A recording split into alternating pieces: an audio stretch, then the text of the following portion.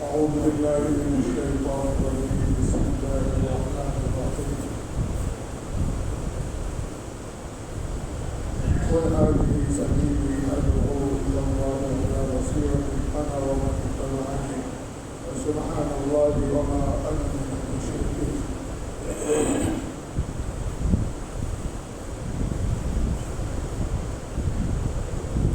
بھائیو بزرگوں دوستو، اللہ تبارک و تعالیٰ کا بہت بڑا کرم، بہت بڑا احسان کہ اللہ تبارک و تعالیٰ نے لاکھوں کروڑوں انسانوں میں سے منتخب فرما کر ہمیں ایمان جیسی بڑی دن کی دولت نعمت عطا فرمائی. حدیث پاک میں اندر فرمایا کہ جو انسان ایک مرتبہ کلمہ لا الہ الا اللہ محمد رسول اللہ پڑھے گا اور اسی پر اس کی موت آئے گی تو اللہ تبارک تعالیٰ اس کو جنت عطا فرمائیں گے، اور وہ جنت ایسی ہوگی کہ اس دنیا سے 10 گنا بڑی جنت ہوگی. جنت اس پر واجب ہے جو کلمہ لا الہ الا اللہ کے مطابق زندگی گزارے اور اسی پر اس کا خاتمہ ہو، اسی پر اس کی موت ہو. یہ بڑی نعمت ہے.